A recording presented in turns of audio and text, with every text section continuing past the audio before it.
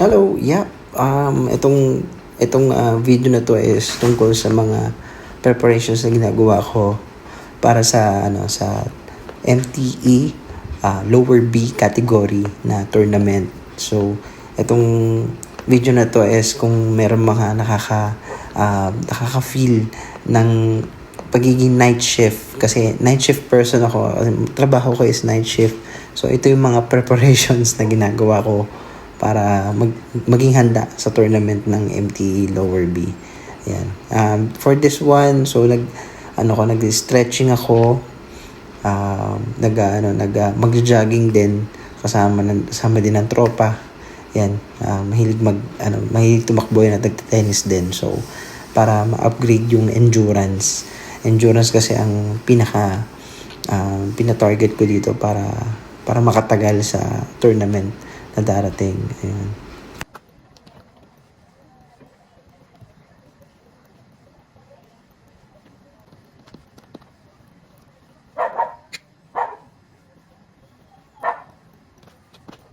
So sumabay ako sa tropa. Ayun siya ngayon sa dulo. Ayun siya tumatakbo. Shoutout sa'yo pre. Thank you. Ayan, medyo madilim lang. Pero sumama ako sa kanya. Try ko sabayan yung ruta niya na pagtakbo. Yeah, ayan. 3K. Tumigil lang ako sa pag-jogging. Yun ang kinaya ng kaya ng lungs ko, pero ang kaya yung yung tuhod ko medyo parang nagkakaroon na ng bagal na pagkabagal parang pagkamanhid na. Ipilit kong makahabol sa kanya, but ayun, I'm trying my best na 1 week preparation parang patungo doon sa class lower B category ng tennis. So sabi ko kasi sasama ako sa kanya sa ruta niya sa jogging. So ayun, para yung endurance ko sa singles maganda. Ay, salamat. Let's go.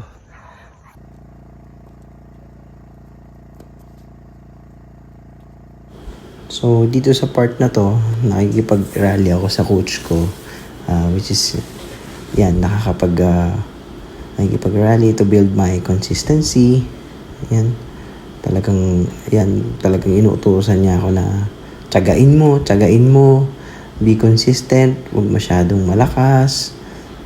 Yun nga, yan ang mga ginagawa namin dito sa training na to para sa paghahanda sa tournament. Yan.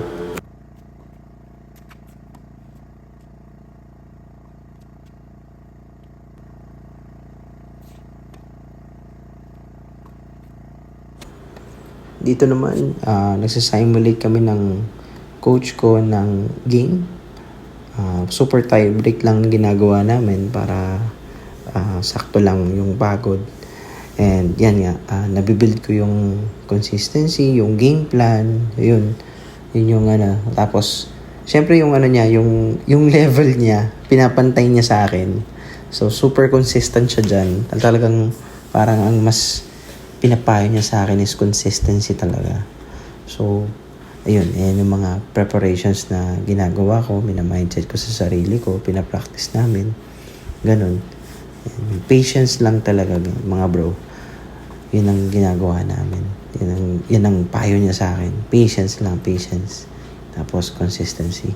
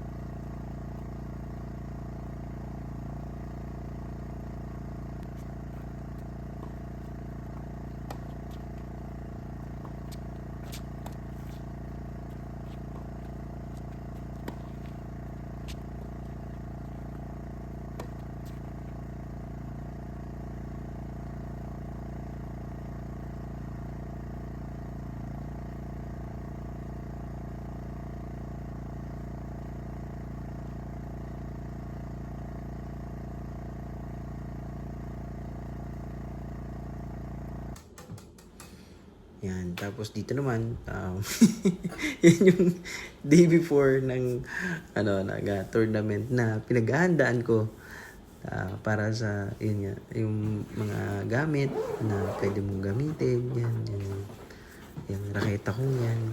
Tapos balls just in case na kailangan para sa preparation nitong tournament na ito. Yan.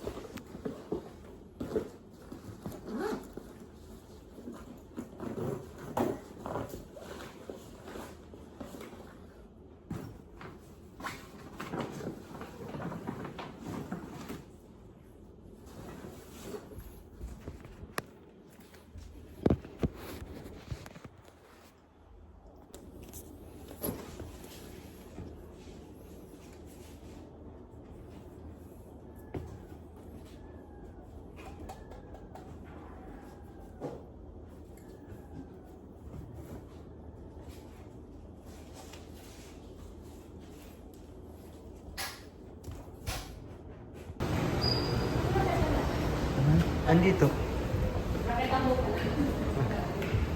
Sabay wala. No?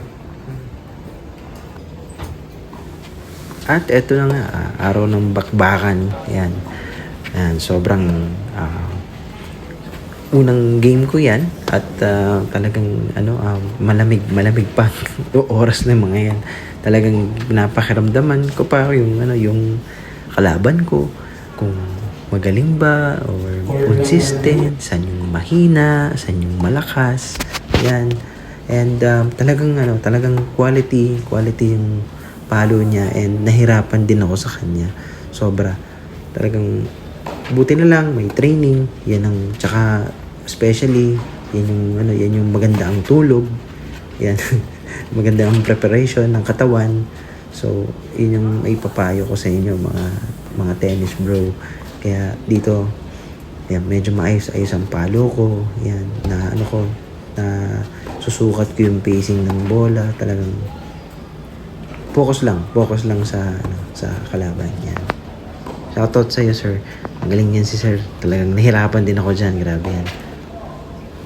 May mga double faults. Hindi maiwasan yan. Hindi naman perfect eh. So, it's more on percentage lang kung ano yung papasok, ano yung hindi papasok, ganyan.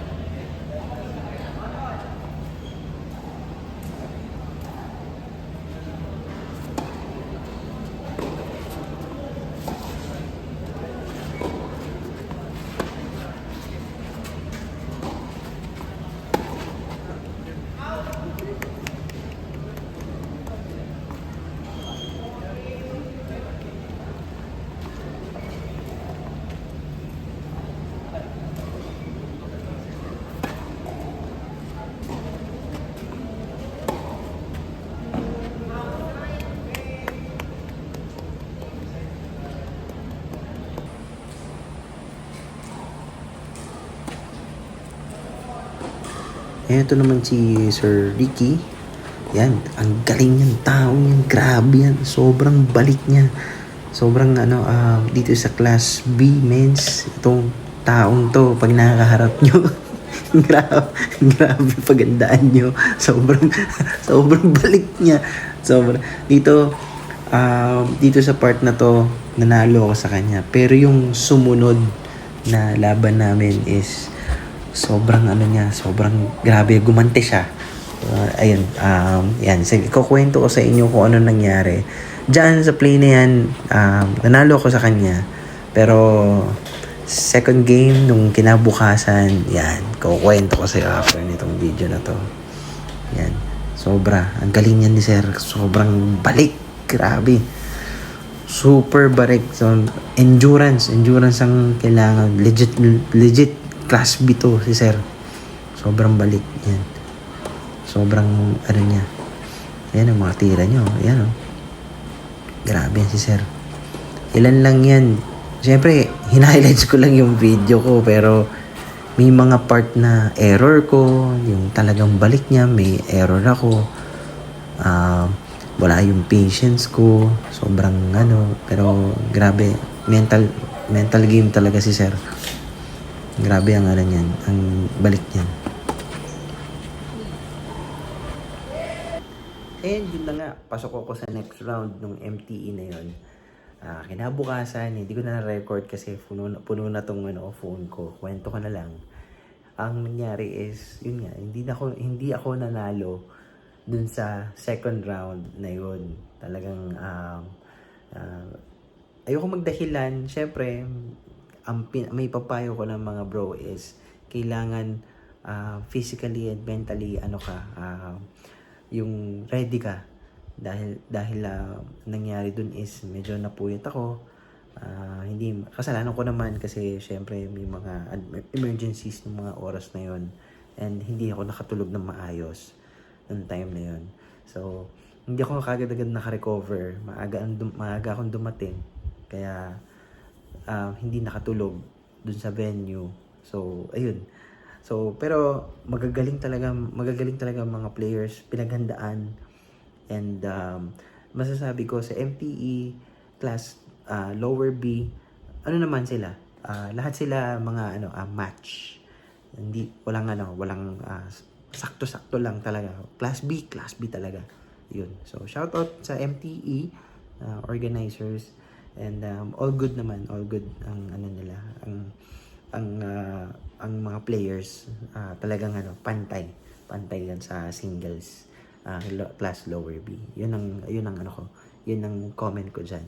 So ayun guys. So ayan, naging third runner up ako. So yung sumunod na araw nanalo si Sir Ricky. Sir Ricky, shout out. Ang galing mo, grabe. So nakatikim mo ko ng mga mga malalakas na palo niya. And then yun nga, isa doon si yung pinsan ng tropa ko, si Maynard Rotap. Si Rotap yan. Nakalaban ko rin siya nung first na yun. So, ang galing din. Magaling. Then, talagang, kailangan talaga, ayun.